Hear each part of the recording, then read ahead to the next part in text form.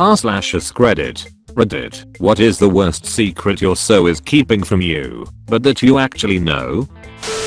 So much cheating on here. Anyway, here's one. My wife of 15 years, together for 19, has a secret savings account. Her family has some bad luck with marriage, and she was really slow to marry me because she didn't want to be trapped. So she saved up several months worth of living expenses. She hasn't really touched it since and has never mentioned it to me. It's the only account with statements emailed directly to her rather than an email we both access. It's absolutely there so that she could, if needed, leave.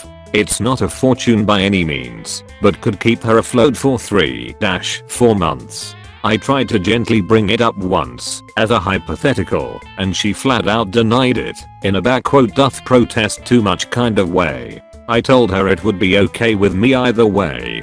Truth is, I really don't mind. It makes her feel better, and we've built a fantastic life together. I know she views it more as an insurance policy than anything else, and figure if we ever really do need the money we'll cross that bridge then. Plus I suppose she's still married to me because she wants to be, not because she has to be. When my husband and I first started dating, he didn't know how to tell me he didn't enroll for college this year, so he would pretend to go to class every day and go hang out with one of his friends. I started to catch on when I noticed a pattern of him always skipping class, or if we were doing something and I remember he was supposed to have class, he would always just say it's cool, I don't need to go. The final straw was when it was midterms and he still hadn't bought any books. I never called him out about it, and after a few months he finally came clean. We didn't fight about it. I said I was disappointed that he didn't think I would understand the situation. He didn't enroll because he was having some family issues, which he didn't want to burden me with because we had only been together a few months. He is a big ball of anxiety, so I knew it wasn't from a malicious place whatsoever. Still together and married, and stronger than ever. He's my ex now, obviously, but we were together for 9 years and he cheated on me for over a year with a coworker. He kept her a secret because she was underage. He was 26, she was 16, almost 17. Once she turned 18, they made it public. But he mentioned her in work stories here and there, and I never thought of it as being anything. Then he started driving me to work and keeping the car, then picking me up, wanted me nowhere near his workplace, put a password on his phone, got texts at odd hours, like 6 AM, while she was waiting on the bus. I left work early and a friend took me to his workplace to meet him instead of him coming to mine to pick me up. Surprise. They left together, hand in hand, several minutes after everyone else exited the building. I had already figured it out at this point, but I stupidly waited for him to come clean instead of calling him out. He wouldn't. He worked as a retail manager and had a keeper box and magnet in our house, so I locked his phone inside while he was in the shower and hid the magnetic key. I made him tell me everything, which he knew I already knew, before I would unlock his phone. Then I kicked him out. My husband of 15 years was spending a couple of hours reading pedophilic gay porn before coming upstairs to bed. Usually I'd be asleep by then. Reading as in stories of men buggering little boys, or their grandsons, sons, or nephews, or the scoutmaster, or the teacher entice a boy into the barn. Reading is legal. Pictures are not. He was very careful. Once I stumbled across it, I had to deal with the shock that our marriage had been a lie. I'd been useful for breeding, nothing else, but I also knew he was in denial about something deep, and that he wasn't going to make good decisions on my behalf, or for his own life, and for our marriage, our sons and our futures. So I put key tracking software onto the computer, with the only justification being that, if he spent any money, or tried to contact a boy, that I would have to act, while I tried to work out what I was going to do. He never knew that I knew exactly what he was doing, and that he lied to my face when I, sympathetically, tried to discuss it. The story is long and sordid, and didn't end well. She has guns and MREs buried in the forest, and a couple of locations in the US including Yellowstone. Every 5 years, She takes a road trip with the girls. She also has a false shelf in her app with a shotgun hidden inside. I learned about this because I was watching one of those YouTube videos about secret rooms and hidden furniture, and it clicked when I saw the shelves. I checked it, and when I opened it, there it was. Then I checked her computer and found nothing. But after snooping around enough, I found a go bag with a revolver, ammo, MREs, medical supplies, a medical stapler, other things, a few paper maps, marking locations. One of those places was nearby enough, 30 miles. I decided to check it myself. It was a buried hard case about 4 feet deep that had a revolver, ammo, and what seems like a bucket of rations, about $400, plus 10 1-ounce silver coins. Everything was vacuum sealed, and I think all the locations have the exact same stuff. Hard to imagine, but all in all there are 7 locations marked. I've never brought it up, but now every once in a while I notice that she has things hidden all over her app. Like I was going to change a light switch that was sort of not working properly, and I find a key in a thin plastic container. I googled around, and it's a safety deposit box key for a bank in the middle of nowhere, Michigan. Like, what am I supposed to say to her? Are you James Bond's daughter? Jason Bourne's sister? Is Skynet hunting you? When we were dating, she mentioned she had never messed around with another woman before. It had always been on her bucket list, not because she thought she liked women, but mostly because she found the female body attractive. Because I'm a nice guy, I said, you know what, if the opportunity ever presents itself, go for it. Just come home to me, and don't ever share details with me. I'm not a particularly jealous person, and I was confident enough that I wouldn't be in this situation. However, I didn't want to take the chance. I knew she loved me. I knew it was an innocent one-time thing.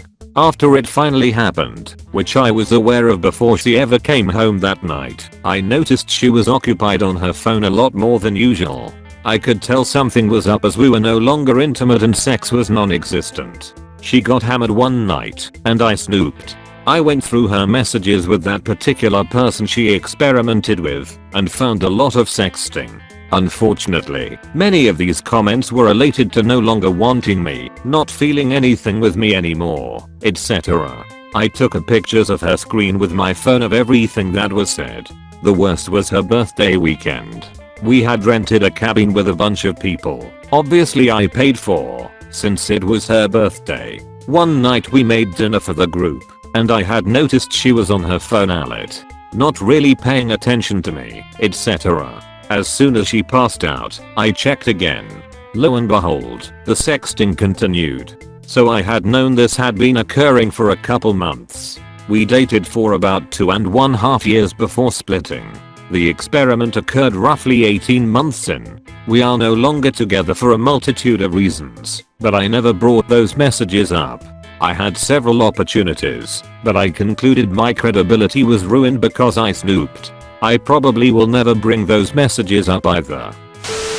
No longer my so, but I knew he had feelings for his best friend for months. While we were together he would call me irrational and get pissed at me whenever I tried to explain why I felt uncomfortable about her, and eventually it was one of the reasons I broke up with him. He went on to call me psycho and tell people I accused him of cheating on me with her, which I never did also. They're now dating. Truly an exhausting experience to go through.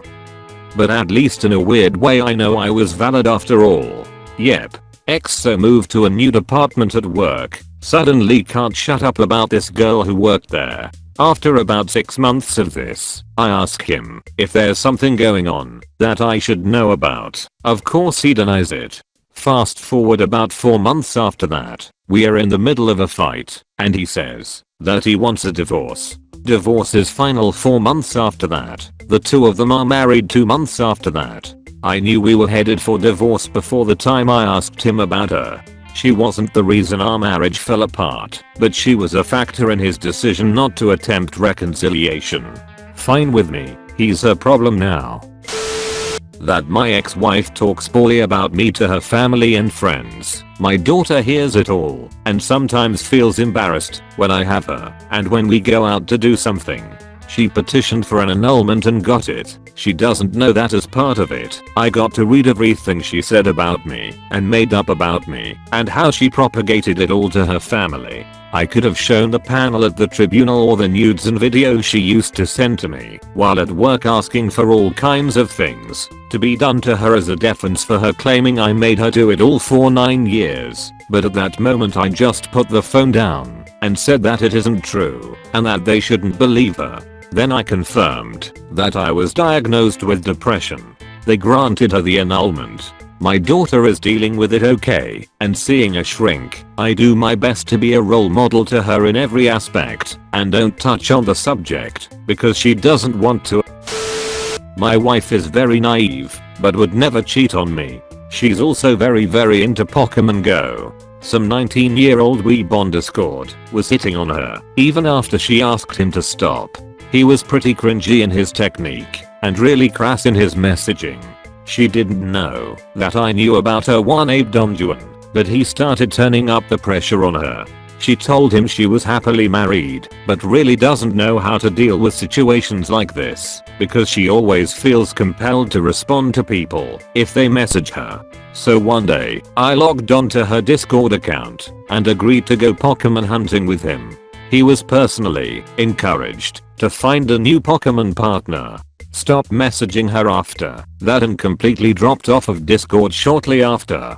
Found out later, he was using the local Discord instance as his stalking ground. He was creeping on all the local female Go players and perving out on them in person. My wife doesn't know anything about this, just that her secret admirer just suddenly stopped one day. I asked her Pokemon Go friends who were affected by this to not mention it to her either.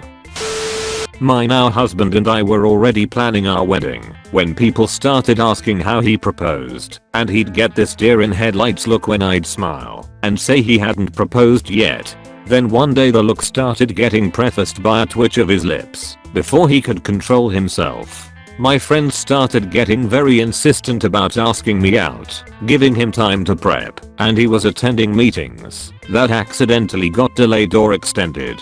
Finally, one friend asked me to meet her for a room escape game and kept insisting that I wouldn't have to call ahead to book because she would do it, and it was a weekday anyway, so they'd be practically empty, and would I like to ask my then boyfriend along? It's not the worst secret until you factor in that I had told him my one and only request for the proposal was that it was completely private so that we could both be the only people to know we were engaged until we shared the story with other people. The shared secret aspect of it was really important to me, and I was very uncomfortable realizing that now there was a whole trail of friends and room escape staff members who knew when and where the proposal was happening, and that they'd be waiting to hear my answer and celebrate before I'd even said it. I had to speak up about it so that I wouldn't ruin the proposal by being secretly disappointed and having that become my own worst secret. He understood and realized that he was so caught up in making the proposal a surprise he forgot about making it something I'd enjoy. We had a very private and low-key proposal in a hotel room instead. He dropped the ring. I cried. We shared our story when we were ready. I love him to bits, and I'm so glad he can't keep secrets, and my friends are terrible at being accomplices. So one day I walked into the bedroom and my longtime GF was kneeling by the bed on her side where she sleeps. I didn't think anything of it at the time, but eventually it got into my head.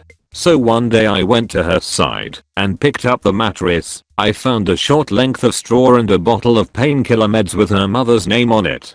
I put it back. I called my mom and my friends to see what I should do. Then I called her mom, who asked me what the date on the bottle was. I was only like 90% sure on the date, but turns out they were the prescription that had gone missing from her mailbox. It took me a few more days to work up the courage to actually confront her, but just before I did I lifted up the mattress again and there was nothing there. Despite that, later that night I caught her falling asleep standing up, and I confronted her. She of course denied it, and denied it so well I started to question what I had even seen. I think the kids call it gaslighting. She was obviously too high to leave, so I left and got a room at the closest Fleabag motel. She did finally confess, and I wish I could say that was the end of the relationship, but it wasn't. My ex told her friend that I tried to sexually assault her and that I ignored her pleas for me to stop. Obviously wasn't true, but now I'm too paranoid to be alone with a female because of this accusation. You can't prove your innocence, so it's not worth being alone now. She thought I didn't know, but months later, her friend told me what she'd said and all of these other crazy accusations about me. Naturally I was heartbroken and shocked as they weren't true. Friend told me she felt guilty knowing this stuff whilst I didn't. Later confronted my ex about it. We were still going out, and she told me I had no right to find out, and we had a massive quarrel about it. So began the deterioration of our relationship, and then came my bravery in leaving it without looking back. TLDR, ex told her friend I'd sexually assaulted her. I hadn't, and thought I didn't know about the accusation. I was in a 4-year relationship. Very healthy and mostly happy. Into our 3rd year my best friend moved next door to our apartment during grad school. One day, the two of them came back together, and things were particularly messy about them, their reasoning, and how chipper they were to see me. It was obvious they'd just been fucking behind my back. She was a sex addict, but we never talked about it. And while we had a great home, we had some silence in the bedroom for a few months beforehand. I was extremely depressed and on meds. I wasn't mad at her because I knew she didn't love him. But the next year, when she fell in love with a coworker, that's when I had to go. The sex mattered less than the heart for me. I didn't feel right telling her not to love someone else, so I just bought her a train ticket home. And that was the end of our story. Caused more baggage and insecurity than I expected in future relationships though. I'd recommend just confronting these secrets. A healthy communicative relationship could talk about these things before it does manifest irreparably. After my wife and I started dating, we might have been engaged. She was sitting next to me on Facebook Messenger on her phone, and I caught a glimpse of her conversation. She had sent "You should delete them." I asked her what that's about, and after a lot of dodging it and arguing that I should trust her, she admits that this guy, who she had originally told me she's never met in real life, she knew him from POF from before we were dating, had at least one picture of her at a party flashing her boobs. Some people were taking pictures. He was at that party. She doesn't know how many he took. That's why she said delete them instead of delete it. A couple months later we're watching a show that she's seen before and is new to me. One of the characters in the show has basically the exact same story. At a party, drunk, shirt off. People put pictures online. I'm like 80% sure that she sent him the same nudes she sent to me when we first started talking. She doesn't talk to him anymore. My GF went to Hawaii with her mom over Father's Day weekend. I had no phone during that time, so our only communication was through ML. She was being so love-a-dove and telling me how much she misses me, how badly she wanted me to be there with her there, and how terrible she felt about being out of town during Father's Day. Fast forward 2 months. I was taking the recycle out one day and saw a torn up sheet of paper. Grabbed it out due to curiosity. It was a sheet from her journal talking about how she cheated on me. I tried to erase it from my memory, but this one part that stuck with me. Backquote, I cheated on Luan_ugly in Hawaii. This is what I get for not being honest. What the fuck does that even mean? It sits in the back of my head sometimes, or comes up during sex. It's really fucking with me. What makes it more exciting is that she gave me a 4-week notice about her moving to Costa Rica for 4 months with her best friend. If she cheated on me while on vacation with her mom, imagine what she'd do with her friend. We're not together anymore, but I used to live with a girl that talked to herself. Like, I've talked to myself, muttered things under my breath, complained about things, etc. This was different. She's had full-on conversations. One time, I got home early and heard her in one of the rooms. Don't really know how to explain it, but she would say something, stop herself mid-sentence, and restart the entire sentence again. She'd repeat it over and over. If she mispronounced a word, she'd start all over again. Another time, I walked in on her having a threatening conversation with herself in the bathroom. By threatening, I mean like she was preparing to go somewhere and get into a fight and wanted to be prepared with a speech or something. I asked her who she was talking to and she said she was just singing to herself. Didn't really know what to make of it, but she wasn't a violent person or anything, so I just left it alone. An ex-girlfriend. Very similar to all the cheating stories I see her, so I won't go into detail. What was weird is that after I knew for sure, I became very apathetic about it. I knew, at its core, that the relationship was over. But I was curious to see how long she was willing to keep this up. Turns out the answer to that was indefinitely. Months went by. A girl I'd always seen at the gym started showing interest in me. She didn't know I was in a relationship and was very forward. After a couple weeks of casual flirting, she asked me out for drinks. I accepted and went home to officially break up with my girlfriend. I didn't rage or get angry, just calmly told her that I was aware that she was cheating on me for some time now and that I'm done with it. Her face turned ghost white. She legitimately thought she had me fooled the entire time. Did the typical cheater things. Cried, begged for a second chance, told me I was the love of her life, etc. Cherry on top, I got to deliver this final blow as I was leaving to meet some guy friends at the bar. Oh, and if you could have your stuff out in the next few days, I'd really appreciate it. I met a really nice girl the other day and we have plans this weekend. Bye. Both my exes cheated on me and I kinda knew before they broke up with me. It's not that I had evidence, just that I could tell they began to become distant and hang out with their friends instead of me. The first one I cared for and so thought I was being paranoid, but it's more cause I didn't wanna believe I was right. Without her knowing I knew anything, after about a month I snapped and basically made her feel really shitty with her wondering why I was mad. The next day I went to apologize and tell her the truth behind it and said I'm sorry I've been thinking really weird shit when I found out it was true and she left me for him. The second ex of mine, I wasn't so stupid, but since neither of us had feelings for each other, we both made it obvious the other was a rebound. I just fucked someone else too. Not proud of it at all but was depressed at the time. Not that it makes it any better, just why I did what I did.